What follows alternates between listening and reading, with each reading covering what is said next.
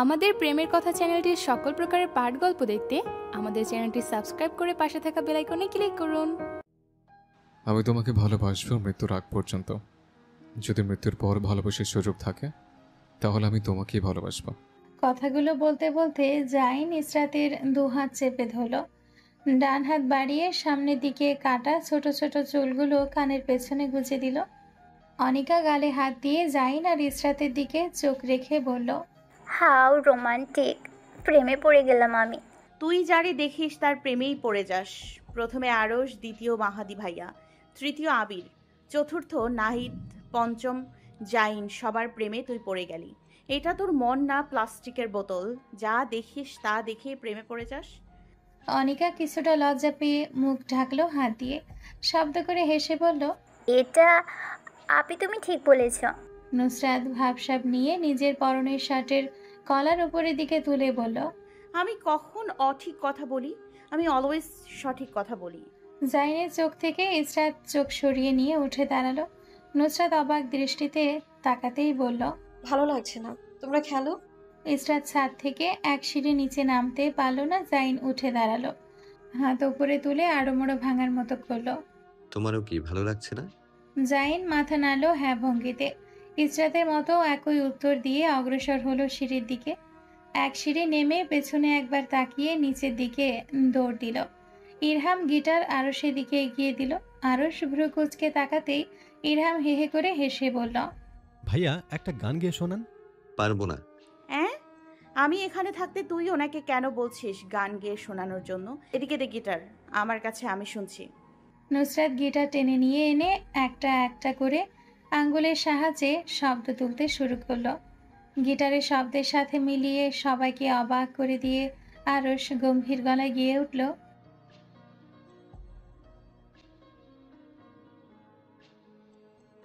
আরশের গান শেষ হতেই সবাই হাততালি দিয়ে উঠল।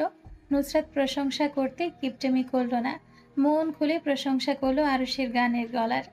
আসলে প্রশংসা বললে ভুল হবে। নুসরাত অ্যাডভাইস দিল আরশকে একটু বেশি।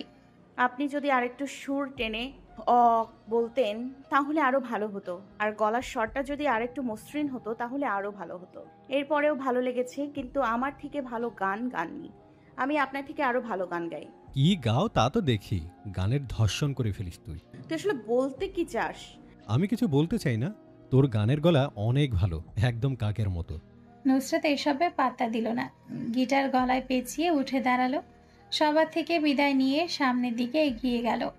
আরশ, ইরহাম, অনিকা বোতল আর কাগজের টুকরো যে পাত্রে রাখা তা নিয়ে এগিয়ে গেল সিঁড়ির দিকে নুসরাতের পেছন পেছন।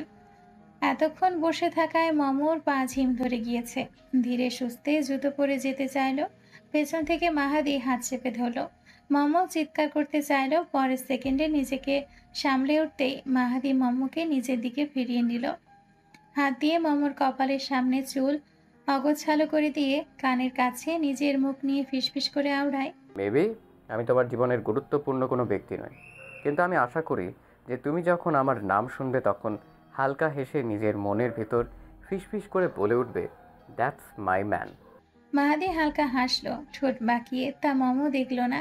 নিজের কথা শেষে মমকে কোনো কথা বলার সুযোগ না দিয়ে বড় বড় পা ফেলে সামনের দিকে এগিয়ে গেল, কিন্তু পেছনে স্তব্ধ করে হৃদয়ে ঝড় তুলে দাঁড় করিয়ে রেখে গেল এক 21 বছরের রমণীকে। জাইন পা চালিয়ে নিচে নামলো। ইসরাতকে হেঁটে নিজের রুমের দিকে যেতে দেখে পেছন থেকে গিয়ে হাত চেপে ধরল। ইসরাত কপালে ভাঁজ ফেলে ক্রোধ নিয়ে পেছনে তাকালো। পেছনে তাকাতেই জাইনকে দেখে ক্রোধ হাওয়ার মতো মিলিয়ে গেল। নিজেকে স্বাভাবিক রাখার প্রয়াস জারি রাখলো ইসরাত। ইসরাত কিছু বুঝে ওঠার আগে জাইন কোনো কথা না বলে ইসরাতের মুখ এক হাত দিয়ে চেপে ধরে পাঁজাগুলো তুলে নিল। ইসরাত আতঙ্কিত দৃষ্টিতে জাইনের দিকে তাকালো। জাইন ইসরাতের দিকে একবার চোখ বুলিয়ে সামনের দিকে তির্যক নয়নে তাকিয়ে ইসরাতকে নিয়ে দৌড়ে করিডর পার হয়ে নিজের রুমে ঢুকে গেল। কোল থেকে ইসরাতকে নামিয়ে তড়িঘড়ি করে দরজা লাগাতে লাগলো। ইসরাত পেছনে দাঁড়িয়ে চুপচাপ জাইনের এসব অদ্ভুত কর্মকাণ্ড লক্ষ্য করছিল। জাইন দরজার বাহিরের দিকে উকি ঝুঁকি মারতে মারতে বিড়বিড় করলো, তাড়াতাড়ি দরজা লাগা জাইন, নইলে পাগলটা এসে যাবে। ইসরাত কৌতূহলী হয়ে জাইনের পেছন থেকে পায়ে ভর দিয়ে দাঁড়ালো। জাইন দরজা লক করে পর্দা ভালোভাবে টেনে দিল। কাবাডের হাতল ধরে মোচড় দিতে কাবাড খুলে গেল। অগোছালো ভঙ্গিতে কিছু হাতড়ে খুঁজতে লাগলো। আরে এটাও খুঁজে পাচ্ছি না। প্রয়োজনের সময় সব কিছু উধাও হয়ে যায়, কখন না জানি ওই হাড্ডিটা চলে আসে। হাড্ডিকে? জাইন কাবাডের কাপড় অগোছালো হাতে হাতড়াতে হাতড়াতে বলল। তোমার বোন হলো হাড্ডি। ইসরাত মাছের মতো মুখ হাঁ করে নিল। কি বলে এই লোক? নুসরাত হাড্ডি? এটা কোন ধরনের রাবিশ কথা? জাইন কাঙ্ক্ষিত জিনিস খুঁজে পেয়ে দৌড়ে নিয়ে এসে ইসরাতের হাতে পরিয়ে দিল চোখের পলকে। ইসরাত বিস্ময় কাটানোর আগেই জাইন নিজের বাঁ হাতে হ্যান্ডকাপ পরে নিয়ে লক করে চাবি ঢিল মেরে বারান্দার বাইরে ফেলে দিল। ইসরাত ঢোক গিলে ক্রোধ নিয়ে জাইনের দিকে তাকালো। বিরক্তির চরম মাত্রায় পৌঁছে গিয়ে ইসরাত বিড়বিড় করে উঠল। নাকমুখ কুচকে জিজ্ঞেস করলো, আপনি আমার হাতে হ্যান্ডকাপ পরিয়েছেন কেন? জাইন নির্লিপ্ত চোখ তুলে তাকালো। কোনো কথা না বলে রুমের দরজা খুলে বের হয়ে গেল। ইসরাত না চাইতেও জাইনের সাথে বাহিরে যেতে হলো। ইসরাত পা না বাড়ালে জাইন হ্যান্ডকাপ ধরে হ্যাঁচকা টান দেয়। ফলে হাতে ব্যথা পাওয়ার জন্য ইসরাতেরও সামনের দিকে পা বাড়াতে হয়। জাইন এক প্রকার নিজের সাথে টেনে ইসরাতকে ডাইনিং টেবিলের দিকে নিয়ে গেল। খাবার টেবিলে মানুষের উপস্থিতি দেখে জাইন হাত আলগোছে পকেটে ঢুকিয়ে নিল। ইসরাত চোখ মুখ উল্টে নিজের হাত শাড়ির কোনায় ঢেকে নিল। ঠোঁটে ঠোঁট চেপে বসতে নেবে জাইন নির্লজ্জের মতো দাঁত কেলিয়ে ইসরাতের কানে কানে ফিসফিস করে বলল, ঠোঁটে ঠোঁট তুমি চাপছো কেন ইসরাত? আমি থাকতে এত কষ্ট করার কি? আমি আছি না তোমার হাজব্যান্ড। ইসরাতের কান লজ্জায় ঝাঁঝা করে উঠল। মনে হলো কেউ ওর কানে সীসা ঢেলে দিয়েছে। এই ব্যাটার কথার মানে ইসরাত খুব ভালোই বুঝলো। না শোনার মতো করে নিজের গরম হয়ে যাওয়া কান বাঁ হাত দিয়ে ঢাকলো। ইসরাত, আমি শুধু বললাম এতে তোমার গাল লাল আভা ধারণ করেছে। আর কিছু করলে কি হবে? তুমি কি স্টিল এই পৃথিবীতে থাকবে? ইসরাত ঢোক গিলে নিজের লজ্জা কমানোর চেষ্টা করলো। জাইনের কথা শুনলো না এমন করলো। আশেপাশে চোখ ঘুরিয়ে তাকাতে লাগলো। লজ্জায় গাল, চোখ, মুখ, কান সব লাল রং ধারণ করেছে। রোমানা খাতুন চেয়ার টেনে বসতে বসতে বললেন, কি জাইন, কানে কানে বউয়ের সাথে কি কথা হচ্ছে? জাইন হেসে মাথা নাড়ল, যার মানে তেমন কিছু না। লিপি বেগম সবার প্লেটে প্লেটে বিরিয়ানি তুলে দিতে লাগলেন। নুসরাতকে দিতে যাবেন আরশ লিপি বেগমকে তার দিকে ডেকে নিয়ে গেল। মায়ের হাত থেকে বিরিয়ানির বোল হাতে নিয়ে বড় বড় চামচে নুসরাতের প্লেট ভরে খাবার দিতে লাগলো। লিপি বেগম হাই হাই করে উঠলেন। জাইন প্লেটে খাবার নিয়ে খেতে লাগলো। ইসরাতের ডান হাত বাঁধা থাকায় চুপচাপ প্লেটের দিকে তাকিয়ে বসে আছে। জাইন ইসরাতকে খেতে না দেখে মুখে চামচ পুরে দিল। ইসরাত কিছু বলতে নিবে জাইন বলল, চুপচাপ খাবার খাও। ইসরাত কিছু বলতে নিলেই জাইন চামচ ভর্তি খাবার নিয়ে ইসরাতের মুখে তুলে দিতে লাগলো। রোমানা খাতুন বললেন, জাইনের বউ তার হাত দিয়ে খাচ্ছে না কেন? জাইন মুখে তুলে দিচ্ছ কেন? আসলে নানি হাত কেটে গেছে অ্যাক্সিডেন্টলি। খেতে গেলে হাত জ্বালা করছে, তাই আমি খাইয়ে দিচ্ছি। শুনেছি স্বামীর সাথে খাবার খেলে ভালোবাসা বাড়ে, তাই ভালোবাসা বাড়াচ্ছে দুজনের মাঝে। রোমানা খাতুন মাথা নাড়ালেন বোঝার মতো করে। নুসরাত চেয়ারে বসা থেকে উঠে দাঁড়ালো। উকি ঝুঁকি মেরে দেখতে চাইলো কি হচ্ছে আসলে ওখানে। রোমানা খাতুন নুসরাতের দিকে তীক্ষ্ণ চোখে তাকাতেই নুসরাত চোখ মুখ উল্টে বসে গেল। জাইন আর ইসরাতের ভেতরে আসল রহস্য বের করার জন্য নুসরাত টেবিলের নিচের দিকে ঢুকে গেল। টেবিলের নিচে ঢুকে কিছু তো পেল না, উল্টো টেবিলের নিচ থেকে বের হওয়ার সময় মাথা টেবিলের সাথে লেগে আঘাত পেল। আরশ নুসরাতকে টেবিলে না দেখে আশেপাশে খুঁজতে লাগলো। বিড়বিড় করলো, গেল কই? এটা কি গোয়েন্দা হচ্ছে যে সব বিষয় তার জানতে হবে? প্লেটের দিকে চোখ পড়তে চোখ ছানা বড় হয়ে গেল। প্লেটের খাবার প্লেটে সব রয়ে গেছে।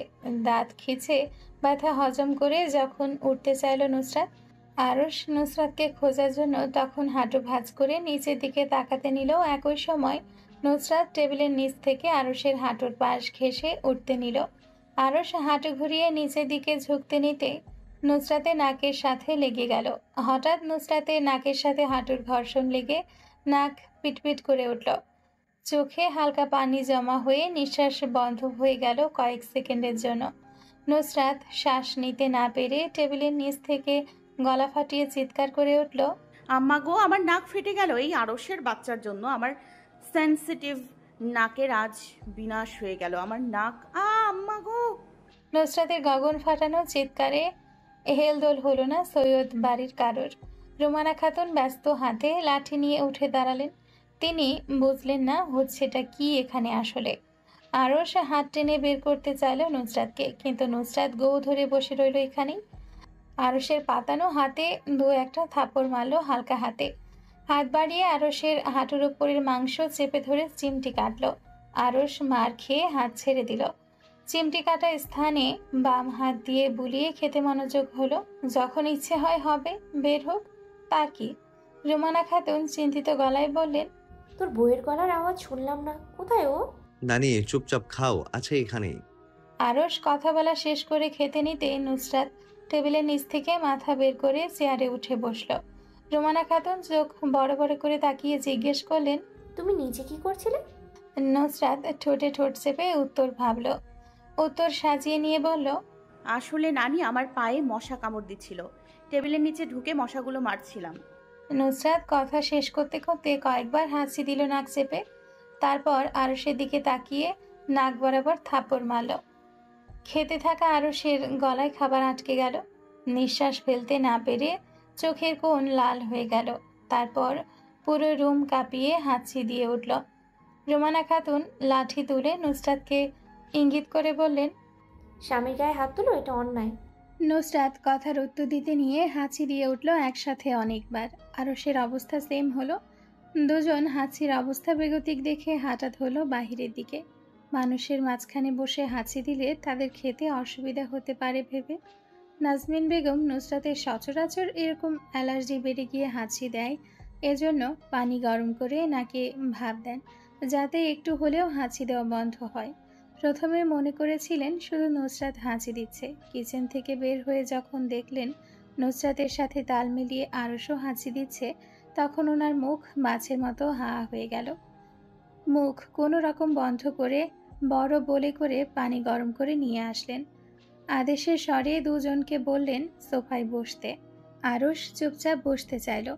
প্রতিমধ্যে হাঁচি দিয়ে উঠল। নুসরাত একের পর এক হাঁচি দিয়ে চলেছে। আরশ একটা হাঁচি দিলে নুসরাত 5টা হাঁচি দেয়। এমন কর্মকাণ্ডে আরশ চোখ বাঁকিয়ে নুসরাতের দিকে তাকালো। নাজমিন বেগম চাদর নিয়ে এসে দুজনের মাথা ঢেকে দিলেন।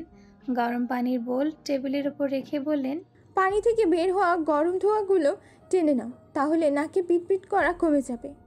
আরশ মাথা চাদর দিয়ে ভালোভাবে পেঁচিয়ে নিচের দিকে বসে ভাপ নিতে লাগলো। নুসরাত চুল টেনে ধরে বলল, আরে বাস শালা, তুমি এখন একা একা নিজের নাক ঠিক করে নেবে আর আমার নাক এরকম থাকবে? তা তো হবে। কথা শেষ করার আগেই হাঁচি দিয়ে উঠল। আরশ নুসরাতকে চুল থেকে হাত ছাড়াতে না দেখে নুসরাতের চুল সেও টেনে ধরল। দুজন দুজনের দিকে তাকাতেই নাকি গলায় হেসে উঠল। তোকে দেখতে বাঁদরের মতো লাগছে, কিরকম নাকের ডগা লাল হয়ে আছে। বললেই হলো, নিজেকে আগে দেখুন লাগছে কেমন, তারপর না হয় অন্যকে সার্টিফিকেট দিবেন আপনাকে বান্দরের জামাই লাগছে। দেখি তো দেখি, তো চোখ বড় বড় করে তাকা। কেন? তোকে তাকাতে বলেছি, তুই তাকাবি, এত কিসের প্রশ্ন? নুসরাত কথা বাড়ালো না। চোখ বড় বড় করে তাকাতেই আরশ কিছুটা এগিয়ে এসে নুসরাতের সামনে বসলো। নুসরাত হাত দিয়ে চোখের নিচে চামড়া টেনে ধরে কর্নিয়া বড় করার চেষ্টা করলো। আরশকে দূরে সরা কথা বলেই নাক মুখ হাত দিয়ে চেপে হাঁচি দিয়ে উঠল। নুসরাত নিজের অবস্থানে ফিরে এসে চোখ বড় বড় করে তাকিয়ে জিজ্ঞেস করলো, বলুন নিজেকে দেখতে পাচ্ছেন? আরশ কথা না বলে কাজ ঘেঁষল নুসরাতের। নুসরাত হাতে তালু দিয়ে নাক ঘষল নাকের পিটপিট কমানোর জন্য। চোখ তুলে তাকাতেই দেখলো আরশ তাদের মধ্যে থাকা 2 ইঞ্চি দূরত্ব মিটিয়ে তার মুখের সামনে চলে আসছে। এক হাত দিয়ে চাদর টেনে দিল মুখের সামনে। নুসরাত কিছু বলার জন্য হাঁ করতেই আরশ এক হাত দিয়ে মাথার পেছন দিকে হাত গলিয়ে চেপে ধরল শক্তভাবে। নুসরাত সরতে চাইল পেছন দিকে, কিন্তু সরতে পারল না। তার আগেই প্রগাঢ় চুমুতে সিক্ত হলো তার ওষ্ঠাধর। শক্ত চুমুতে যখন দিশেহারা নুসরাত চুমুও ভাঙতে চাইল পেছনের দিকে সরে, তখন আরশ তা বুঝিয়ে তার পেশিবহুল হাত দিয়ে টাইটলি মাথা চেপে ধরে নিজের শরীরের সাথে আটকে রাখল। হঠাৎ এমন চুমুতে নুসরাতের বুকের বাঁ পাশে কম্পন শুরু হলো। শরীরে অন্যরকম রোমাঞ্চকর অনুভূতি হলো। অনুভূতির ধার না ধীরে নুসরাত হাত দিয়ে ঠেলে আবারও আরুষকে পেছনের দিকে সরাতে চাইল। আরুষ হলো না, উল্টো নুসরাতের কোমর চেপে ধরে সামনের দিকে নিয়ে আসলো। শক্ত বুকের সংস্পর্শে নুসরাতের প্রায় মিয়ে পড়ার অবস্থা। নাকে ব্ল্যাকবেরি তাজা এবং মিষ্টি ঘ্রাণ এসে লাগলো। আরুষ এক প্রকার চাইল আস্ত নুসরাতকে নিজের ভেতর ঢুকিয়ে নিতে। যখন নুসরাত রুদ্ধশ্বাস হয়ে আসলো, আরুষ ধীরে ধীরে ঠোঁট ছেড়ে দিয়ে কপালের সাথে কপাল লাগিয়ে নিল। টেনে শ্বাস নিতে চাইল, তার আগে নুসরাত আরুষের নাক চেপে ধরল দু হাত দিয়ে। বিস্ময় নিয়ে নুসরাতের দিকে তাকাতেই নুসরাত দাঁত কেলিয়ে হাসল। কিছুক্ষণ আগে চুমু খাওয়ার জন্য ঠোঁট লাল হয়ে আছে। আরুষ কিছু বলতে চাইল, নুসরাত হাত তুলে থামিয়ে দিয়ে বলল, শালা, এখন তোকে শ্বাস আটকে মেরে ফেলি। তখন যদি আমি মরে যেতাম তাহলে কি হতো? বউ মরলে আর বউ পাইতি? আরুষ নুসরাতের হাত টেনে সরিয়ে দিল। নুসরাতের থেকে মুখ ফিরিয়ে নিয়ে পানির দিকে তাকিয়ে শ্বাস টেনে ভেতরে নিতে চাইল। গম্ভীর গলায় বলল, জীবনে শুনেছিস লিপ কিস করতে গিয়ে কারোর মৃত্যু হয়েছে? নুসরাত কিছুটা ভাবল, তারপর থতমত খেয়ে নিজেকে জেতানোর জন্য নিজেই সাফাই গিয়ে বলল, অন্য কেউ এতক্ষণ কাউকে চুমু খেয়েছে নাকি যে মরবে? আপনি না শালা এতক্ষণ চুমু খেলেন, মনে হচ্ছে বিশ্ব রেকর্ড করে ফেলেছেন। আর এত যদি শখ বউকে চুমু খাবেন তাহলে বলতেন বেডরুমে গিয়ে দুজনে মিলে ডব্লিউ ম্যাচ খেলতাম। আরুষ কেসে উঠল। নুসরাত আরুষের পিঠ গলিয়ে হাত রাখতে চাইল, হাত ওইটুকু গেল না। আরুষের পুরুষালী মোটা পিঠের মাঝে সীমাবদ্ধ রইল। হাত ফিরিয়ে নিয়ে এসে আরুষের গলা পেঁচিয়ে ধরে বলল, আর জীবনে চুমু খাবেন? 100 বার খাবো, তোর কি? নুসরাত বাঁকা দৃষ্টিতে তাকালো। হাত তুলে আরুষের নাকে মারতে নিবে, আরুষ নুসরাতের হাত চেপে ধরল। এই শরীর নিয়ে তুই এসব করছিস? আমি যদি একবার তোকে ঠিক করে ধরি, তুই তো আর নড়তে পারবি না নুসরাত। নুসরাত আরুষের কথার মানে প্রথমে বুঝতে পারল না। নখ মুখে ঢুকিয়ে কামড়াতে কামড়াতে ভাবতে লাগলো, আসলে বলেছেটা কি শালা? ভালো কিছু বলেনি তা মুখ দেখে বোঝা যাচ্ছে। কিরকম উপর থেকে নিচের দিকে তাকাচ্ছে আর খবিশের মতো করে হাসছে। যখন নুসরাতের মাথা ধরতে পারলো আরুষের বাচ্চাটাকে অশ্লীল ইঙ্গিত দিচ্ছে, তখন চোখ বড় বড় করে আরুষের দিকে তাকিয়ে ধুমধুম করে কিল পিঠে বসিয়ে দিল। আরুষ হেসে উঠল শব্দ করে। ছি, কি অশালীন কথাবার্তা! আপনি বললে দোষ নেই ম্যাডাম, আমি বললেই দোষ। আমি বললে ওটা অন্য বিষয় স্যার। খাবার শেষ হওয়ার পর ইসরাত বাধ্য হয়ে জাইনের পেছন পেছন গেল। ড্রয়িং রুমে নুসরাত আর আরশ চাদরের ভেতর বসে কথা বলার আওয়াজ শোনা যাচ্ছে। একজন আরেকজনকে রাগানোর জন্য হেয়মূলক কথা বলছে। ইসরাত দীর্ঘশ্বাস পেল। যখন দেখে ওরা তখনই ঝগড়া করে। জাইন দাঁড়ালো না, পা চালিয়ে সিঁড়ি বেয়ে ওপরের দিকে চলে গেল। ইসরাত না চাইতেও হাঁটতে হলো জাইনের সাথে পা মিলিয়ে। রুমে প্রবেশ করে জাইন দরজা বন্ধ করে দিল। ইসরাত চোয়াল ঝুলিয়ে বলল, আমার হাত খুলুন, কখন থেকে লক করে রেখেছেন? আমার হাত ব্যথা হয়ে গিয়েছে। জাইন এমন ভাব করলো যেন ইসরাতের কথা শুনতেই পাচ্ছে না। পকেটে এক হাত পরে বারান্দার দিকে এগিয়ে গেল। কথা কি কানে যায় না? আমার হাতটা খুলে দিচ্ছেন না কেন? চাবি নেই। চাবি নেই মানে কি? তখন ঢিল মেরে ফেলেছেন কেন? সমস্যা কি? আর এরকম করার মানে কি? হাত খুলে দিন আমার, আমি আমার রুমে যাব। তোমার রুমে আছে। ভাই, আপনার সমস্যাটা কি বলুন তো? আমার আবার কি সমস্যা হবে? সব সমস্যাই তো আপনি করছেন। তুমি কি আমাকে ব্লেম করছো ইসরাত? আমি তোমাকে কি বলেছিলাম, ধীরে ধীরে আমরা সব ঠিক করে নেব। তুমি কি করলে? অ্যাপার্টমেন্ট থেকে আমাকে না বলে চলে আসলে।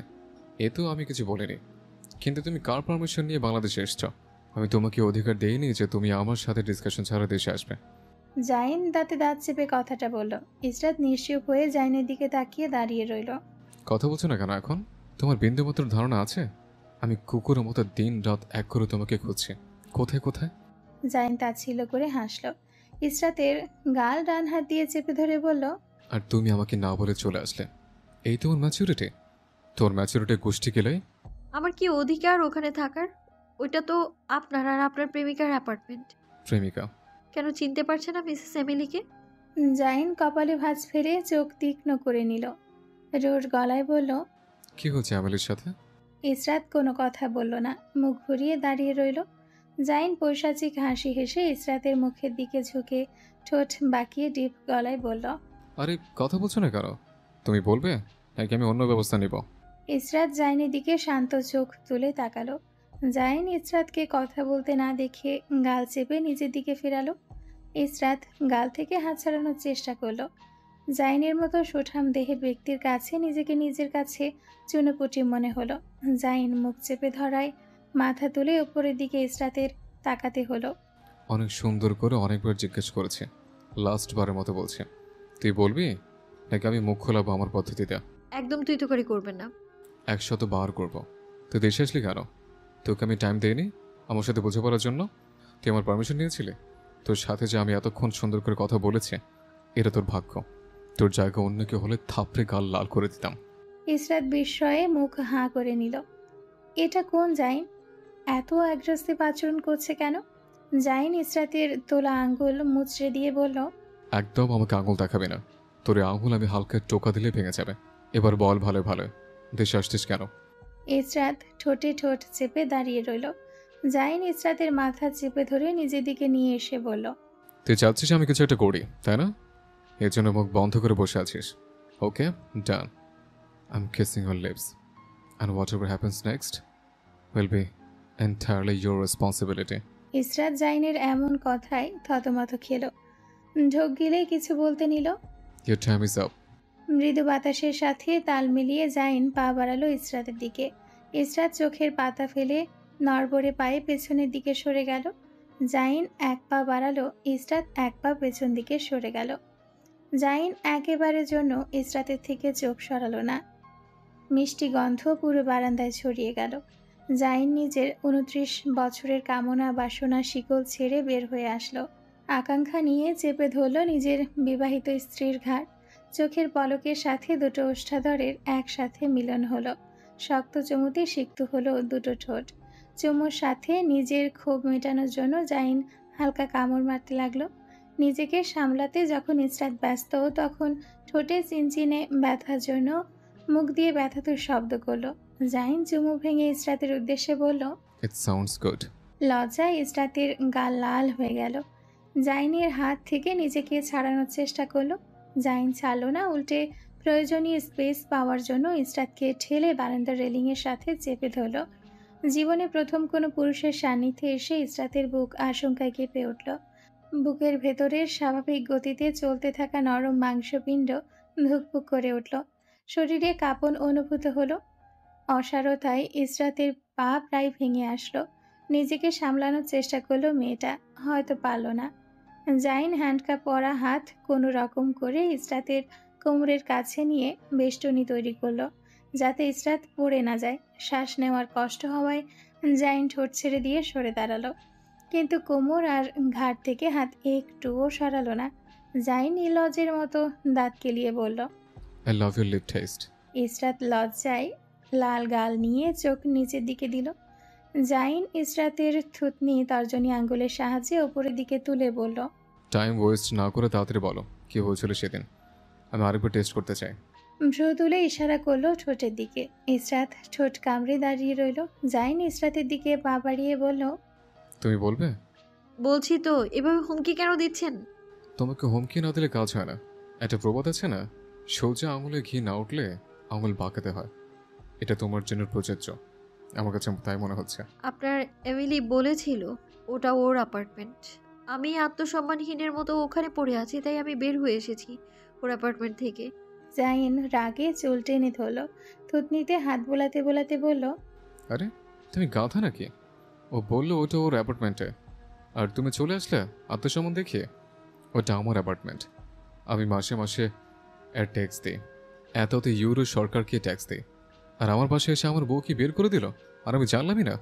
আমি জানতাম না কি ওটা আপনার অ্যাপার্টমেন্ট। আমাকে তো কল করে বলতে পারতে। ইসরাত হাত ছাড়া করলো না সুযোগ। জাইনকে ঠেস দিয়ে বলল, আপনার কি সময় আছে আমার কথা শোনার? আপনি তো আপনার মিটিং নিয়ে ব্যস্ত। জাইন ইসরাতের ঠেস দেওয়া বুঝতে পেরে হালকা হাসল। ইসরাতকে ডান হাত দিয়ে জড়িয়ে ধরে নিজের একান্ত কাছে টেনে আনতে আনতে ডিপ গলায়, নিজের অধিকার নিজেকে নিয়ে নিতে হয়, প্রয়োজনে ভালোবেসে নয়তো ছিনিয়ে। Whatever you desire. পাখির কিচিরমিচিরের সাথে সৈয়দ বাড়িতে শুরু হয়েছে কোলাহল, আর এই কোলাহলে শেষ হবে গিয়ে রাতের নিস্তব্ধতার সাথে। নুসরাত আর আরশ কেউ কারোর দিকে আজ তাকাচ্ছে না। ঘুম থেকে দেরি করে ওঠার জন্য দুজনে নিশানা বর্তমানে ওয়াশরুমের দরজার দিকে। আরশ লাফ মেরে বিছানা থেকে নেমে দৌড়ে যাবে নুসরাত পেছন থেকে আরুষের পেট চেপে ধরল। বিরক্ত হয়ে আরুষ যখন নুসরাতের দিকে তাকালো তখন নুসরাত সামনের পাটির দাঁত বের করে বলল, লাস্ট স্টেজ, এখন না গেলে হবে না। আরুষ নাক মুখ কুচকে ছি বলে উঠল। নুসরাত আরুষকে ছি বলতে দেখে ভাষণের মতো করে এক আঙ্গুল উপরের দিকে তুলে আরুষকে অ্যাডভাইস দিতে দিতে বলল, ছি বলতে নেই গো স্বামী, পৃথিবীর সকল জীব প্রাকৃতিক কাজটা করতে হয়, এসব বলতে নেই। আমি আপনি সবাইকে প্রাকৃতিক কাজ সারতে হয়। আরুষ নুসরাতের ভাষণ না শুনে ঠেলে ওয়াশরুমে ঢুকিয়ে দিল। হাত এক জায়গায় করে নুসরাতের দিকে মাপ চাওয়ার মতো করে বলল, মাফ চাই বোন আমার, যা টয়লেটে যা, তোর না লাস্ট স্টেজ চলছে। নুসরাত মনে হওয়ার ভঙ্গিতে মাথা নাড়ল। ওয়াশরুমের দরজা ধরে দাঁড়িয়ে মাথা বের করে বলল, হ্যাঁ হ্যাঁ তাই তো। তাহলে যা। আরুষ নিজের মুখ আটকে নিল। নুসরাত দরজা লাগাতে লাগাতে কি মনে হতেই দরজা ফাঁক করে আরুষের উদ্দেশ্যে বলল, আসলে না ভাইয়া। নুসরাত একটুক্ষণ হিহি করে হাসল। তারপর কি ভেবে কিছু না বলে দরজা লাগিয়ে দিল। আরুষ দরজার দিকে তাকিয়ে বিড়বিড় করল, আজব পাবলিক। সকালে নাস্তার সময়ও জাইন ইসরাতকে খাবার খাইয়ে দিল মুখে তুলে। নুসরাত সূক্ষ্ম নজরে তাকিয়ে শুধু দুজনের গতিবিধি লক্ষ্য করল। তারপর চোখ ছোট ছোট করে ইসরাতের পরনের কাপড়ের দিকে তাকালো। গতকাল রাতে সিল্কের শাড়ি পরে আছে। তারপর জাইনের দিকে তাকালো। গতকাল রাতের কালো শার্ট পরে আছে জাইন। দুয়ে দুয়ে চার মেলাতে চাইলো, কিন্তু মিলল না। খাবার খাওয়া বাদ দিয়ে এদিক সেদিক তাকাতে দেখে আরুষ নুসরাতের পুরুতে থাপ্পড় মারল। দাঁতে দাঁত চেপে কটমট করে বলল, খাবার খাওয়া বাদ দিয়ে বান্দরের মতো ঝুলছিস কেন? নুসরাত আরুষের উরুতে দুটো চিমটি কাটল। আরুষ নুসরাতের হাতের উপর চিমটি কাটল, মুখ চোখ বিকৃত করে। নুসরাত আরুষের সাথে না পেরে মাথা টেবিলের নিচের দিকে নামিয়ে হাতের পিঠে দাঁত বসিয়ে কামড় মারল, যতক্ষণ পর্যন্ত না হাতের উপর চিমটি কাটা জ্বালা না মিটে। আরুষ দাঁত দিয়ে ঠোঁট চেপে ধরে ব্যথা হজম করে নিতে চাইল, কিন্তু নুসরাত একই জায়গায় আবার কামড় মারল। আরুষ ফিসফিস করে বলল, রুমে চল, আজ তোর একদিন কি আমার একদিন। নুসরাত দাঁত কেলিয়ে চেয়ারে উঠে ঠিক হয়ে বসল। আরুষ নুসরাতের পানে ক্রোধে চোয়াল শক্ত করে তাকালো। নুসরাত না দেখার মতো করলো। কানের কাছে এসে আরুষ কিছু বলতে নিবে, নুসরাত হাত তুলে মাছি তাড়ানোর ভঙ্গি করলো। আরুষ পরে দেখে নিবে ভেবে খাবার খাওয়ায় মনোযোগ দিল। খাবার খাওয়া শেষে নুসরাত জাইন আর ইসরাতের পেছন পেছন সিঁড়ির দিকে গেল আসল রহস্য উন্মোচন করার জন্য। আরুষ পেছন থেকে এসে নুসরাতকে টেনে নিয়ে যেতে চাইল। নুসরাত গো ধরে সিঁড়ি রেলিংয়ের হাতল ধরে ঝুলে পড়ল। আরুষ টানলো, নুসরাত সেখান থেকে এক পাও নড়ল না। জাইন আর ইসরাত রুমে ঢুকতেই জাইন দরজা লক করে দিতে চাইল। নুসরাত দরজা ঠেলে ভেতরে ঢুকে গেল। নুসরাতকে দেখতেই জাইনের কপালে ভাঁজ পড়ল। বিড়বিড় করে বলল, এই বিপদ আবার এখানে কেন? নুসরাতের পেছন পেছন আরুষ এসে রুমের ভেতর ঢুকলো। জাইন চোখ দিয়ে আরুষকে ধমকে নুসরাতকে দেখালো, ইশারা করে বলল, তোর এটাকে নিয়ে যা। আরুষ এগিয়ে এসে নুসরাতের হাত ধরতে নুসরাত ঝাড়া দিয়ে হাত ছাড়িয়ে নিল। চোখ তীক্ষ্ণ করে ইসরাত আর জাইনের হাতের দিকে ইশারা করে বলল, রহস্য রহস্য গন্ধ পাচ্ছি, হাত বের করেন তো। জাইন নিজের ক্রোধে শক্ত হওয়া চোয়াল নিয়ে জিজ্ঞেস করলো, তুমি কে? তোমাকে হাত দেখাবো? আর কিসের রহস্যের গন্ধ পাচ্ছ তুমি? নুসরাত নাক কুচকে জাইনের দিকে তাকালো। আরুষের দিকে তাকিয়ে বিরক্ত গলায় বলল, এই দুল্লা ভাইকে মুখ বন্ধ করতে বলুন তো স্বামী, আমার কাজে বাধা দিচ্ছেন কেন জিজ্ঞেস করুন তো স্বামী। আরুষ থতমত খেয়ে অস্বস্তি নিয়ে জাইনের দিকে তাকাতেই চোখাচোখি হলো। চোখ সরিয়ে নিয়ে নীরব শ্রোতার ভূমিকা পালন করলো। এখন কথা বললেই ফেঁসে যাবে। নুসরাত ইসরাতের পানি দৃষ্টি দিয়ে চোখের পাতা ফেলতে ফেলতে বলল, আপা হাতটা বের করুন দেখি কতটুকু কেটেছে। ইসরাত হাত বের করতে চাইল। জাইন চেপে ধরে রাখলো তার পেছনে ইসরাতের হাত। ইসরাত পায়ে পা ভর দিয়ে জাইনের কানের কাছে পৌঁছাতে চাইল, খাটো হওয়ার দরুন পারল না। জাইনের শার্ট ধরে টেনে নিজের দিকে নামিয়ে নিল। জাইন কিছুটা কাত হয়ে কান পাততেই ইসরাত বলল, হাত দেখিয়ে দিন জাইন। হাত দেখাবো কেন? আমাদের স্বামী স্ত্রীর পার্সোনাল ব্যাপারে ও এত ইন্টারফেয়ার কেন করছে? হাত দেখিয়ে দিন, না হলে আপনি ভাবতে পারবেন না কি হবে। কি হবে? একটা ক্লু দিই, 2012 সালের কথা কিছু মনে করুন। জাইনের কিছু মনে হতে ফুস করে সব রাগ উড়ে গেল। তারপর একটু গাইগুই করলো। ইসরাত কানে কানে বলল, হাত দেখিয়ে দিন, কিছুই হবে না। জাইন আর ইসরাত হাত বের করলো পেছন থেকে ধীরে সুস্থে। জাইনের মুখের অবস্থা বেগতিক, বোঝাই যাচ্ছে হাত দেখানোর কোনো ইচ্ছেই ছিল না। এভাবে থাকতে সে বেশ স্বাচ্ছন্দ্য বোধ করছে। আরশের চোখ কোটর থেকে বের হয়ে যাবে এমন ভাবে তাকালো। দুজনের হাতের দিকে দৃষ্টি রেখে নুসরাত থুতনিতে হাত দিয়ে বোঝার মতো করে বলল, জটিল ব্যাপার স্যাপার। তারপর দুজনের দিকে তাকিয়ে ক্রুর হেসে বলল, দুজন কি হাতে হ্যান্ডকাপ পরে 60? নুসরাত পরের কথা বলার আগে আরশ বুঝে গেল কি বলতে চাইছে। ঝড়ের গতিতে মুখ চেপে ধরল যাতে পরের কথা বলতে না পারে। নুসরাতকে ফিসফিস করে বলল, বোন আমার একটু তো লজ্জা রাখ। আমার সামনে বলিস প্লিজ, ওদের সামনে বলিস না। মুখ কন্ট্রোল কর। বাপ আমার এত নির্লজ্জ হলে চলে? নুসরাত মুখ থেকে হাত ছাড়িয়ে নিয়ে বলল, ঠিক আছে, আমি বুঝেছি তো, কিন্তু এটা মুখ চেপে বলতে হবে কেন? এভাবে বললেই তো আমি বলতাম না। নুসরাত দুজনের দিকে তাকালো। জাইন প্রশ্নবিদ্ধ চোখে তাকিয়ে জিজ্ঞেস করলো, 60 কি বলছিলে? বুঝিনি, আবার বলো। নুসরাত কথাটা না শোনার মতো করে উড়িয়ে দিল। ইসরাতের হাতের দিকে সূক্ষ্ম নজরে তাকিয়ে থেকে জাইনের দিকে চোখা দৃষ্টি তাক করলো। চোয়াল শক্ত করে জাইনকে কিছুটা ধমকে বলল, শালা, আপনি কি মানুষ? এটা আপনি কি করেছেন? একটা মেয়ের হাত এভাবে শক্ত করে কিভাবে বাঁধলেন আপনি? ধিক্কার জানাই আপনাকে। ইসরাত নুসরাতের কথা শুনে আবেগে আপ্লুত হয়ে বলল, প্লিজ হাতটা খুলে দিন, ব্যথা হয়ে গেছে আমার। নুসরাত সুযোগের সদ্ব্যবহার করে ইসরাতের মাথায় গাঁটটা মেরে বলল, গতকাল রাতে বললি না কেন? এখন বলছে হাত খুলে দে, ব্যথা হচ্ছে। চাবি কোথায় বল, খুলে দিচ্ছি। ইসরাত জাইনের দিকে বিতৃষ্ণা নিয়ে তাকালো। জাইন চোয়াল ঝুলিয়ে রেখেছে, তার তো এভাবে থাকতে ভালোই লাগছে। উনি একটা এক্সপেরিমেন্ট করতে গিয়েছিলেন, তারপর চাবি কোথায় হারিয়ে গিয়েছে। উনি ভাঙানো আর ঢং বাদ দিয়ে তাড়াতাড়ি কোনো ব্যবস্থা করুন। যথাজ্ঞা মহারানী। কথাটা শেষ করে দৌড় দিয়ে রুম থেকে বের হয়ে গেল। আরশ চোখ ঘুরিয়ে দাঁড়িয়ে রইল দরজার পানে তাকিয়ে। নুসরাত যে গতিতে গিয়েছিল সেই গতিতে হাতে একটা হ্যামার নিয়ে ফিরে আসলো। দুজনকে বারান্দায় নিয়ে দাঁড় করিয়ে বলল, টেবিলের ওপর হাত রাখুন, আমি আলগোছে লক ভেঙে ফেলবো। নুসরাত হ্যামার দিয়ে আঘাত করতে লাগলো হ্যান্ডকাপে, একের পর এক। জাইন নিজের মুখ বিকৃত করে নিল। মনে হলো হ্যান্ডকাপে নয়, তার হাতে আঘাত করা হচ্ছে।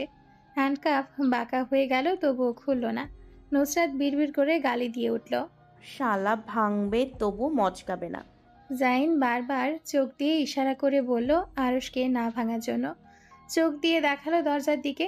সে তো এভাবেই ভালো আছে, তার ভালো লাগা এদের সহ্য হচ্ছে না। উঠে পড়ে লেগেছে জামাই বউ তার সুখ নষ্ট করতে। একটু বউকে নিয়ে রোম্যান্স করবে, তাও এদের জন্য সম্ভব হচ্ছে না।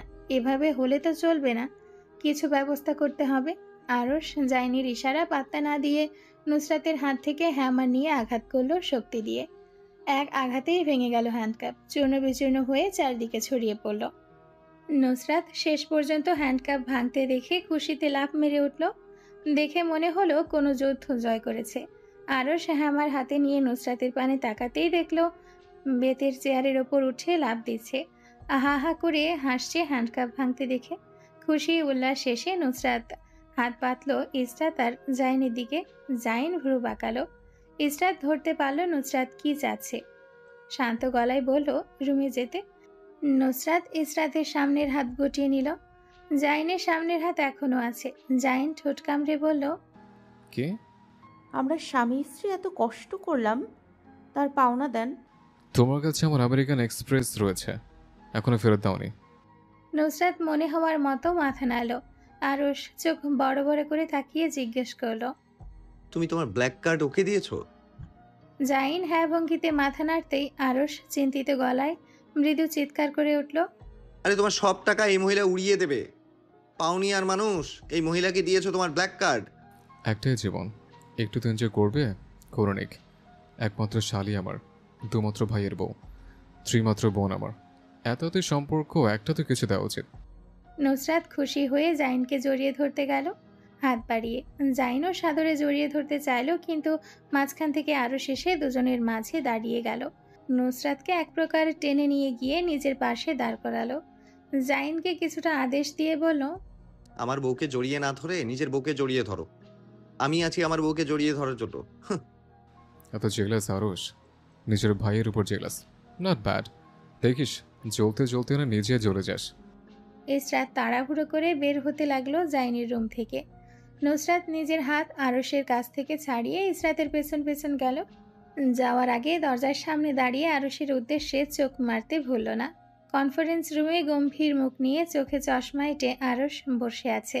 তার থেকে দুটো চেয়ার পরে ডায়না বসে আছে। আর আরশের ঠিক সামনে বরাবর বসে আছে আরশের বয়সী এক লোক কোট পরে। তার পাশেই বসে আছে স্লিভলেস টপস আর শর্ট স্কার্ট পরিহিত এক রমণী। আরশ আর লোকটার কথা বলার মাঝেই কনফারেন্স রুমের বাহির থেকে কর্কশ গলায় কেউ বলে উঠল, কামিং। নুসরাত হাতে শপিং ব্যাগ নিয়ে ঝড়ের গতিতে ঠুসঠাস করে এসে কনফারেন্স রুমে ঢুকলো। ব্যাগগুলো টেবিলের উপরে রেখে দুজনকে বলল, hello mister and Mrs Malhotra. Mrs Malhotra হালকা হেসে হাত নাড়ালেন। আরশের দিকে প্রশ্নবিদ্ধ চোখে তাকাতেই আরশ উঠে দাঁড়ালো। আরশকে উঠে দাঁড়াতেই দেখে মিস্টার অ্যান্ড মিসেস মালহোত্রা উঠে দাঁড়ালেন সৌজন্যতা রক্ষাতে। আরশ ইশারা করে তার কাছে আসার জন্য নুসরাতকে বলল। নুসরাত তো নুসরাত, সে এক পা এগোলো না আরশের দিকে। এমন অবজ্ঞা আরশ সচরাচর হয়, তাই নিচ থেকে পা বাড়িয়ে এগিয়ে গেল নুসরাতের দিকে। হাত বাড়িয়ে নুসরাতের কোমর চেপে ধরে নিজের কাছে এনে তার দিকে তাকিয়ে ক্রুর হেসে বলল, meet Mr and Mrs Malhotra, my wife and also my business partner Mrs Syed Arsh Helal. Nusrat ওপরের পাটির দাঁত বের করে হাসল। মিস্টার মালহোত্রা হাত বাড়িয়ে হ্যান্ডশেক করার জন্য এগিয়ে আসলো। আরশ নুসরাতের দু হাত একত্রিত করে দিল। নুসরাত কিছু বলতে নিবে চোখ দিয়ে ইশারা করলো আদাব বলার জন্য। আমার মিসেস পুরুষ মানুষের সাথে হাত মিলাতে অস্বস্তি বোধ করেন। নুসরাত থতমত খেয়ে আদাব বলার পরিবর্তিতে আসসালামু আলাইকুম বলল। মিস্টার মালহোত্রা ব্যাঙের মতো মুখ হাঁ করে নিলেন অস্বস্তিতে। নুসরাত বলে উঠল, সরি, লিটল মিস্টেক। আদাব Mr Sharat Malhotra and Mrs Bela Malhotra. Nusrat দাঁত কেলিয়ে হে হে করে হাসল। মিসেস মালহোত্রা হ্যান্ডশেক করে নুসরাতকে জড়িয়ে ধরল। নুসরাত পেছন ফিরে ডেকে উঠল আবির আর রুবাকে। রুবা এবং আবিরের হাতেও কয়েকটা শপিং ব্যাগ। মিস্টার সারাদ মালহোত্রা অবাক হয়ে তাকালেন। আবির টেবিলের ওপর রাখো। এসব কিসের জন্য? আসলে আপনারা ডিল ফাইনাল করার জন্য এগুলো দিয়েছি। যদি আমরা ডিল ফাইনাল না করি মিসেস আরুষ, আপনি কি আমাদের এগুলো দেবেন না? না, দিব না। এগুলো আবার শপিং মলে রিটার্ন দিয়ে আসবে। শপিং মলে রিটার্ন নেবে? অবশ্যই নেবে। আমি নিয়ে আসার সময় জিজ্ঞেস করে নিয়ে এসেছি ব্যাগ দেওয়া যাবে কিনা। বাহ, আমি আপনার উপর ইমপ্রেসড। আপনি কি সবসময় এরকম সত্য কথা বলেন? নুসরাত হ্যাঁ ভঙ্গিতে মাথা নাড়ল। আরশ বিচলিত হয়ে চুপচাপ দাঁড়িয়ে রইল। সারাদ আর বেলা একে অপরের দিকে তাকিয়ে মাথা নাড়িয়ে হেসে উঠল একসাথে। আরশের দিকে হাত বাড়িয়ে দিল সারাদ। আরশ ভ্রু বাঁকালো। সারাদ চোখ দিয়ে হাতের দিকে ইশারা করলো। নুসরাত আরশের ওপর বিরক্ত হয়ে নিজে গিয়ে হ্যান্ডশেক করে নিল। আরশের টনক নড়তেই হালকা হেসে হ্যান্ডশেক করলো। চোখ দিয়ে নুসরাতকে শাসাতে ভুলল না। মিস্টার অ্যান্ড মিসেস সৈয়দ, আপনাদের সাথে আশা করি আমাদের জার্নিটা অনেক সুন্দর হবে। আমিও আশা করি সুন্দর একটা জার্নি হবে আপনাদের সাথে মিস্টার অ্যান্ড মিসেস মালহোত্রা। একদিন আপনার স্ত্রীকে নিয়ে আমার বাসায় আসবেন। আপনার স্ত্রী সত্যি একজন অ্যামেজিং পারসন। তাহলে আজ আসি। ডিল ফাইনাল হওয়ার জন্য নুসরাতের দিকে তাকিয়ে ক্যাজুয়ালি হাত মেলাতে চাইল সারাত। নুসরাতও হাত বাড়ালো, কিন্তু আরশ মাঝখানে নিজের হাত ঢুকিয়ে দিয়ে নিজে হ্যান্ডশেক করে গম্ভীর মুখ বানিয়ে দাঁড়িয়ে রইল। সারাত আরশের দিকে তাকিয়ে শব্দ করে হেসে বলল, আপনি সত্যি একজন জেলাসি পারসন। এত জেলাসি মিস্টার আরশ?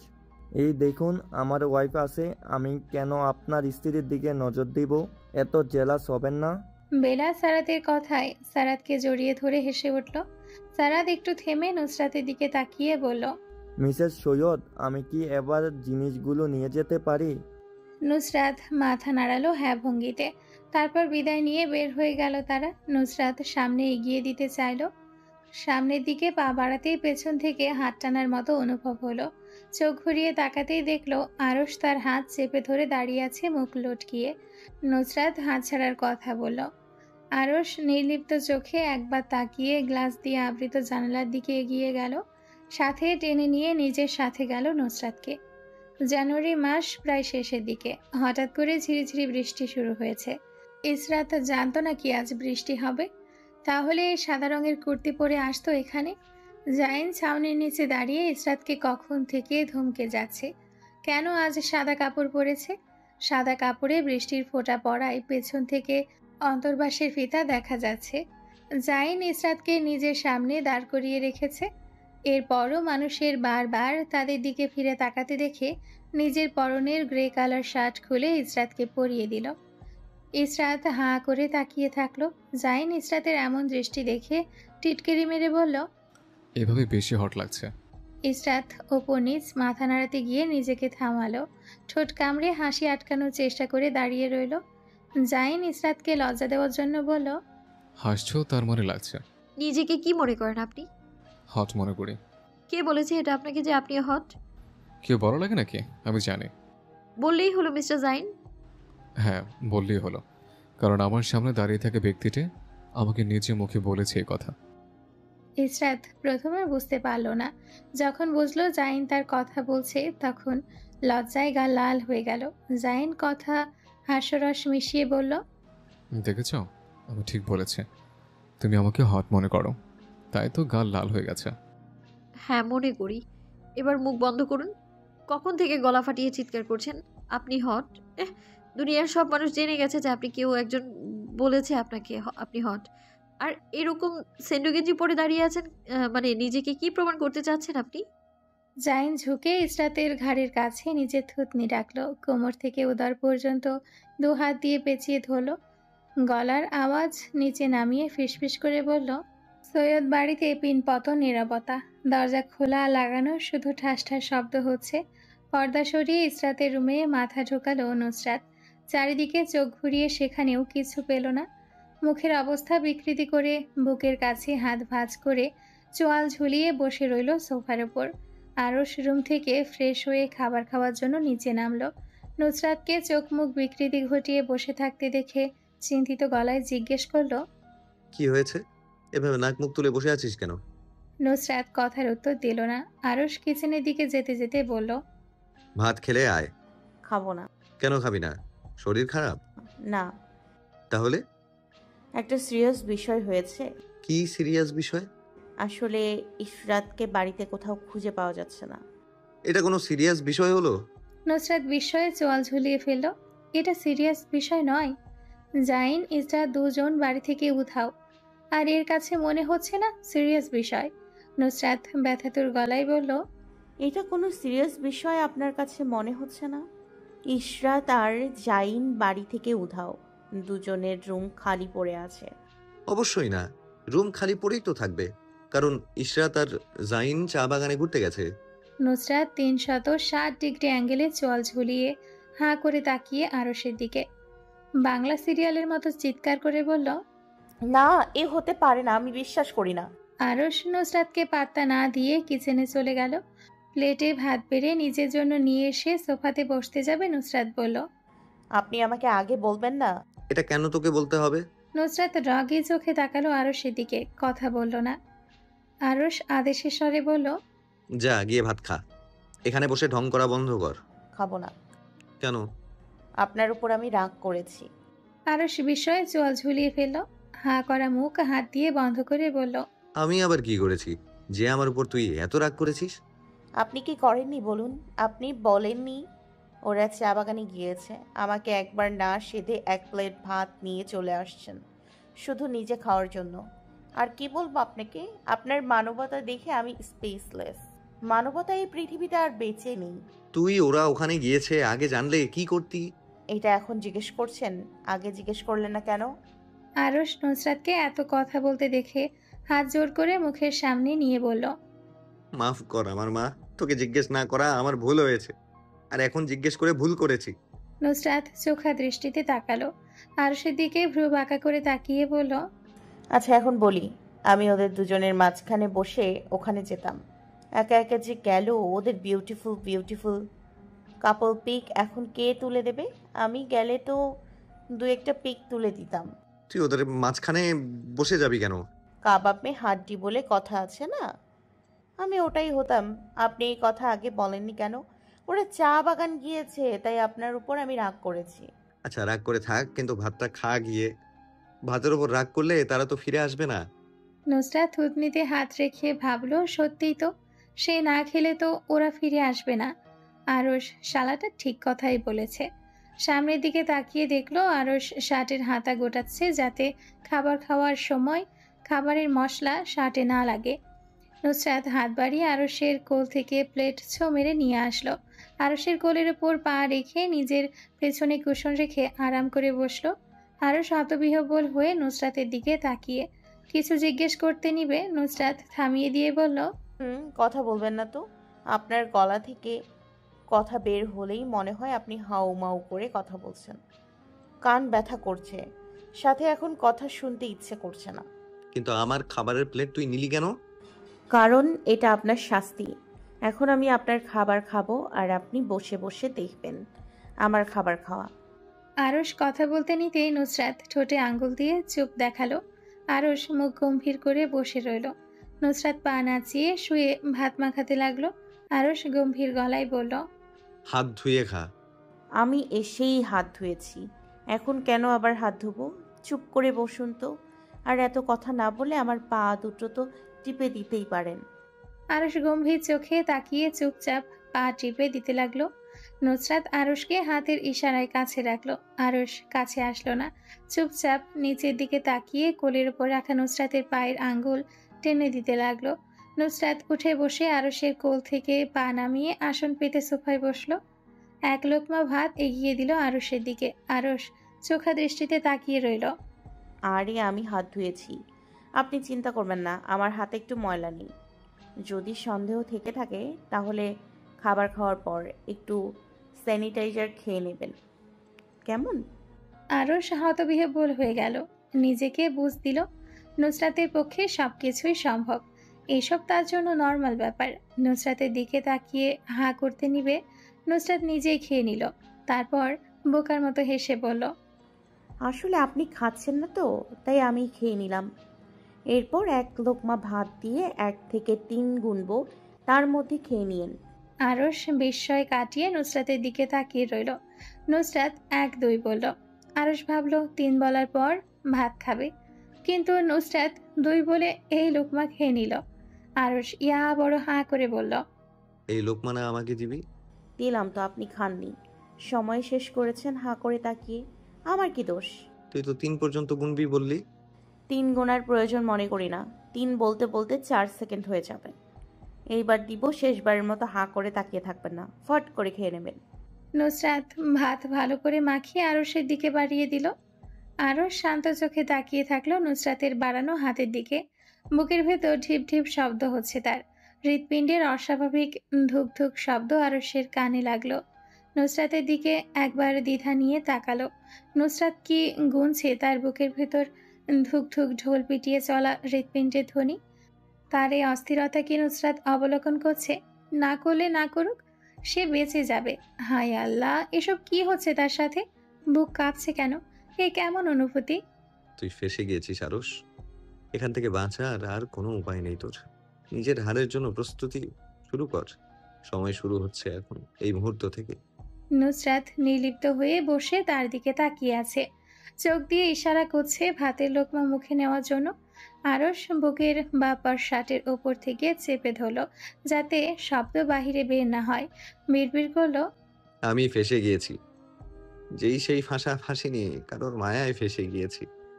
আরশ নিষ্পলক দৃষ্টিতে নুসরাতের দিকে তাকিয়ে নুসরাত বিরক্ত হয়ে হাত নামিয়ে নিল। হাতে ব্যথা হয়ে গেছে শালাকে খাওয়াতে গিয়ে। আরশের দিকে তাকাতেই নুসরাতের কাছে মনে হলো সময় এখানেই থমকে গিয়েছে। চোখের পলক ফেরাতে পারল না, ঠোঁট হালকা কেঁপে উঠল। নিজ মনে ভাবল, এটা কেমন চেয়ে থাকা? চোখ সরাচ্ছে না কেন? চোখ সরা শালা, চোখ সরাবি নাকি কাঁটা চামচ ঢুকিয়ে দিব তোর চোখে?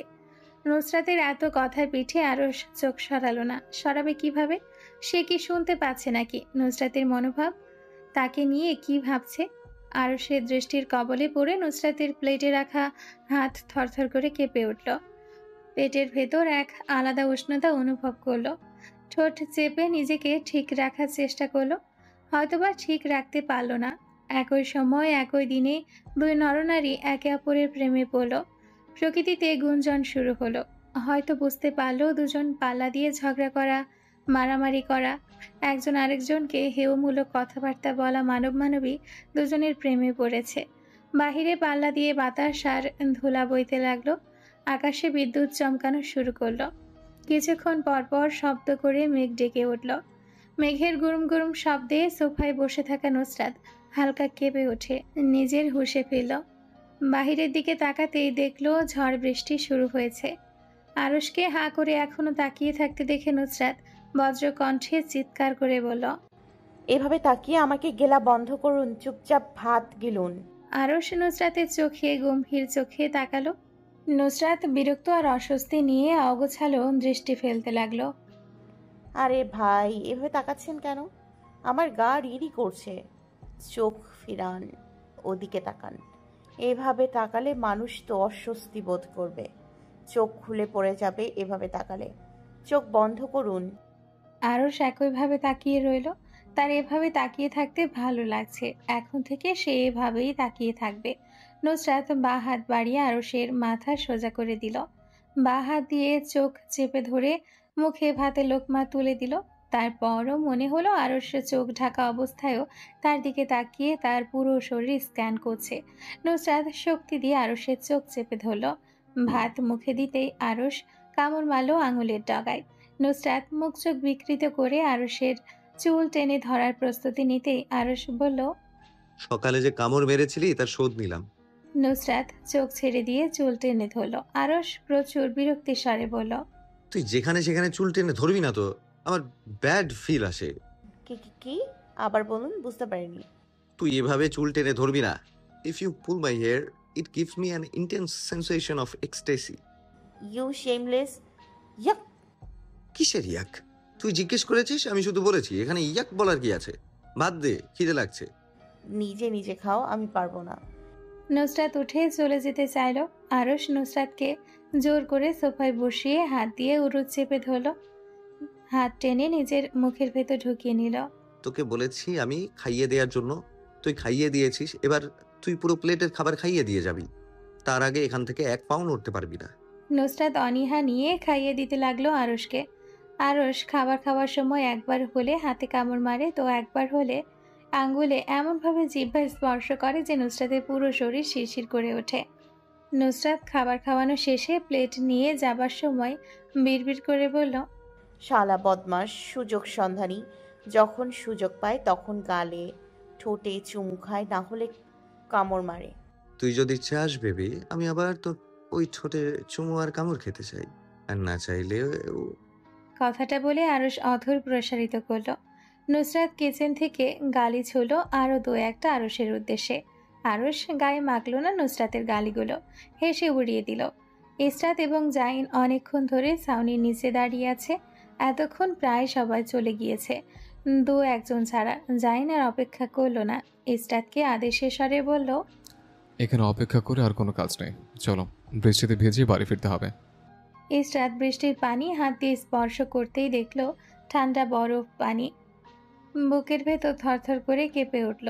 তাতে দাঁত কামড়ে বলল, না বাবা, প্রয়োজন হলে আজ আমি এইখান থেকে যাব, কিন্তু বৃষ্টির পানিতে ভিজে বাড়িতে যাব না।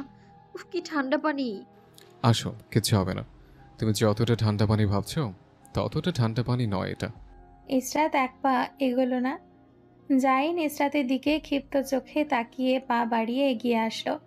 ইসরাতকে কিছু বুঝে ওঠার সুযোগ না দিয়ে হাঁটুর নিচে হাত গলিয়ে দিয়ে পাজা কোলে তুলে নিল। ইসরাত ভয়ে চিৎকার করে উঠল। জাইনের দিকে চোখ বড় বড় করে তাকালো, চোখে বিস্ময় নিয়ে কিছু বলতে যাবে, হঠাৎ ঠান্ডা কিছু সংস্পর্শে শরীর কেঁপে উঠল।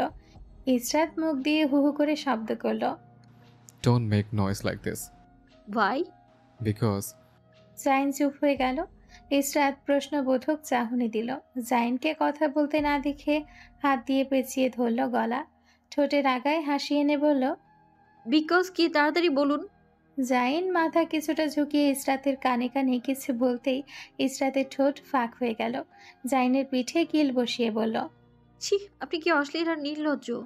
অশ্লীল আর নির্লজ্জ না হলে ভবিষ্যৎ প্রজন্ম আসবে না, তাই ভবিষ্যৎ প্রজন্মের জন্য একটু একটু অশ্লীল হতেই হবে। ইসরাত লজ্জায় হেসে উঠল। জাইন ইসরাতের কানের কাছে মুখ নিয়ে গম্ভীর গলায় গুনগুন করে মাহি গানে সুর তুলল। ইসরাত হাঁ করে তাকিয়ে থাকলো জাইনের মুখের দিকে। জাইন ডিফ গলায় গুনগুন করে ইসরাতের উদ্দেশ্যে বলল, तुझे मिलके लगा है ये, तुझे ढूंढ रहा था मैं, तुझे मिलके लगा है ये, तुझे ढूंढ रहा था मैं, तुझ में है कुछ ऐसी सुबह सा जिसकी खातिर मैं था जगा सा, आ तू मेरे ख्वाब सजा जा रे, महिया जरे महिया जरे, तुझ में है कुछ ऐसी सुबह सा जिसकी खातिर मैं था जगा सा, आ तू मेरे ख्वाब सजा जा रे, दिल रोई आए रही तू आजा मेरे माही, दिल रोई आए रही तू आजा मेरे माही, दिल रोई आए रही तू आजा मेरे माही, मेरे माही मेरे माही तू आजा मेरे माही। প্রকৃতিতে মেঘের তাণ্ডব বেড়ে গেল। জাইনের গম্ভীর গলার আওয়াজ ঢাকা পড়ল বৃষ্টি পড়ার ছন্দে। দূর থেকে গাছপালা এলোমেলোভাবে ঘূর্ণন করতে লাগলো। বৃষ্টির শীতল পানি ছুঁয়ে দিয়ে যেতে লাগলো ইসরাত আর জাইনের শরীরকে। জাইনের গম্ভীর গলার গান চোখ বন্ধ করে অনুভব করতে লাগলো ইসরাত। সে সব সময় চাইতো লাইফ পার্টনারের সাথে বৃষ্টিতে ভিজতে, বৃষ্টির মাঝে একে অপরের হাত ধরে হাঁটতে, বৃষ্টির মধ্যে নিজেদের অনুভূতিগুলো একে অপরের সাথে ভাগাভাগি করে নিতে, নিজেদের দুঃখগুলো বৃষ্টির পানির সাথে ভিজিয়ে দিয়ে নতুন করে সবকিছু শুরু করতে। সে এর থেকে বেশি কিছু আশা করেনি। আল্লাহর কাছে সে যা চেয়েছে তার থেকে দ্বিগুণ বেশি আল্লাহ তাকে দিয়েছেন। আল্লাহ তাআলা উত্তম পরিকল্পনাকারী, তা আবারও প্রমাণ হয়ে গেল। রাত 10টার সময় ইসরাত আর জাইন বাড়ির চৌকাঠ পার করলো। বৃষ্টিতে ভিজে দুজনের অবস্থা নাজেহাল, চোখে মুখের অবস্থা করুন। দুজনের চোখ লাল হয়ে জ্বালা করছে, চোখ দিয়ে গরম পানি বের হওয়ার জন্য। লিপি বেগম আদেশ দিলেন ভিজে কাপড় তাড়াতাড়ি ছেড়ে গরম কিছু খাওয়ার জন্য, না হলে জ্বর আসবে। কিন্তু জ্বর, সে তো কখন এসে বাসা বেঁধেছে দুজনের উপর। পরের দিন সকালবেলা গা কাঁপিয়ে ইসরাত আর জাইনের জ্বর আসলো। জ্বরে অর্ধজ্ঞান হয়ে বিছানায় পড়ে রইল। তার পরের দুদিনে জ্বরে হালকা রোগা হয়ে গেল জাইন। ইসরাতের চোখের নিচে গাঢ় ডার্ক সার্কেল পড়ল। এর কয়েকদিন পর একটু একটু করে ইসরাত আর জাইনের শরীর ঠিক হলো। অসময়ে জ্বর হওয়ায় একটু দেরি করে জ্বর ছাড়লো পিছু দুজনের। জ্বরের জন্য সবাই জাইনকে ধমকালো। কেন সে বৃষ্টিতে ভিজে বাড়িতে এসছে? কোনো জায়গায় রুম ভাড়া নিয়ে এক রাতের জন্য স্টে করলেই তো পারত। এত তাড়াহুড়া করে বাড়ি ফেরার প্রয়োজন কী ছিল? ইসরাত আর জাইন সুস্থ হওয়ার এক সপ্তাহ পর পারিবারিকভাবে প্ল্যান হলো আগামী বৃহস্পতিবার ফ্যামিলি ট্যুরে যাওয়া হবে। ফ্যামিলি ট্যুর দেওয়ার আইডিয়াটা হেলাল সাহেব আর নাসির সাহেবের। অনেকদিন পরিবার নিয়ে ঘুরতে যাওয়া হয় না, তাই এই প্ল্যান। সবাই রাজি হয়ে গেল পারিবারিক ট্যুরের জন্য। নিজেদের প্রয়োজনীয় জিনিস গুছিয়ে নিল চট্টগ্রাম সমুদ্র সৈকত ট্যুরের উদ্দেশ্যে। বুধবার দিন রাতে কাপড় গোছাতে গিয়ে আরশ আর নুসরাতের মধ্যে তুমুল ঝগড়া লাগলো। ঝগড়ার কারণ ফ্যাশন সেন্স কার ভালো। নুসরাত বলল তার ফ্যাশন সেন্স ভালো, আরশ বলল তার ফ্যাশন সেন্স নুসরাতের তুলনায় আরও বেশি ভালো। আমি বলছি না কার্গো প্যান্টের সাথে এই টি শার্টটা মানাবে, আপনার ফ্যাশন সেন্সের যা তা অবস্থা দেখছি। আসছে আমার ভালো ফ্যাশন সেন্স ওয়ালি। কানের নিচে এমন এক চটকানা দিব, বেশি বেশি কথা বলা একেবারে বন্ধ হয়ে যাবে। নুসরাত তর্জনী আঙ্গুল তুলে ঠোঁটে রাখলো। আরশকে চুপ করার জন্য ইশারা করলো। আরশ নুসরাতকে তাকে শাসাতে দেখে রেগে গেল। তুই আমার বড় না আমি তোর বড়? আমাকে চুপ করতে বলছিস? বড় ভাইকে চুপ করতে বলতে তোর বিবেকে বাধে না? না, কাঁধে না। কে বড় ভাই? আমি এখানে কোনো বড় ভাইকে দেখতে পারছি না। কোথায় কোথায় বড় ভাই? কে এই বড় ভাই? কি তার পরিচয়? কানা হলে তো দেখতে পাবি না। যা তো সর এখান থেকে, আমাকে প্যাকিং করতে দে। নিজের লাগেজ নিজে প্যাকিং কর গিয়ে। যা, আমার কাপড় গোছাতে সে মাস্টারি করবি না। নিজের ফ্যাশন সেন্স নিজের কাছে রাখ, আমার দরকার নেই। নুসরাত কিছুক্ষণ চুপচাপ আরশের দিকে তাকিয়ে রইল। আরশ এত নীরব দেখে বুঝলো না ঘূর্ণিঝড় আসার সম্ভাবনা। নুসরাতকে পাত্তা না দিয়ে সুন্দর করে ভাঁজ করে কাপড় লাগেজে রাখতে লাগলো। পেছন ফিরে শেভিং ফোম, জেল, চিরুনি হাতে নিল লাগেজে রাখার জন্য। আরশের ওদিকে তাকানোর সুযোগ নিয়ে নুসরাত লাত মেরে দিল লাগেজে। লাগেজ গিয়ে উল্টে পড়লো দরজার সামনে। পড়তে পড়তে একবার দেওয়ালের সাথে আঘাত লাগলো, ফলে লাগেজের হ্যান্ডেল ভেঙে গেল। আরশ হাঁ করে তাকিয়ে রইল লাগেজের দিকে। নুসরাতের এক লাথিতে লাগেজে গুছিয়ে রাখা কাপড়গুলো ছড়িয়ে ছিটে চারিদিকে পড়ে গেল। আরশ ঘুরে তাকাতেই লাগেজের করুণ অবস্থা দেখে তার চোয়াল রাগে শক্ত হয়ে গেল। নুসরাত লাগেজের দিক থেকে চোখ সরিয়ে যখন আরশের দিকে তাকালো, তখনই ক্ষুব্ধ আরশ নুসরাতের বুকের কাছে ধাক্কা দিল। নুসরাত সামান্য পিছিয়ে গেল, কিন্তু নির্লিপ্ত চোখে তাকিয়ে রইল আরশের দিকে। সে মাথা কাত করে ভালো করে দেখল আরশের চোয়াল শক্ত হয়ে আছে, রাগে মুখটাও কঠিন হয়ে গেছে। কিন্তু এত রাগ দেখেও নুসরাতের মুখে কোনো ভাবান্তর ঘটল না। আরশ নুসরাতকে ধাক্কা মারতে মারতে পেছনের দিকে নিয়ে যেতে লাগলো। নুসরাত রোবটের মতো পেছনের দিকে গেল। আরশও পা বাড়িয়ে এগিয়ে যেতে লাগলো ধাক্কা দিয়ে নুসরাতের সাথে। নুসরাতের এত নির্লিপ্ততা আরশের সহ্য হলো না। রাগে দাঁতে দাঁত পিষল, হালকা ঝুঁকে দাঁত খিচিয়ে কামড় বসিয়ে দিল নুসরাতের গলার মধ্যে। আকস্মিক আরশের এমন কাজে নুসরাত চোখ বড় বড় করে তাকালো। আরশ এক হাত গলিয়ে দিল ঘাড়ে, আরেক হাত কোমরে রেখে নুসরাতের শরীর ছুঁই ছুঁই হয়ে দাঁড়ালো। ঠোঁট কামড়ে শয়তানি হাসি হাসল। নুসরাতের কানের কাছে মুখ নিয়ে চিবিয়ে চিবিয়ে বলল,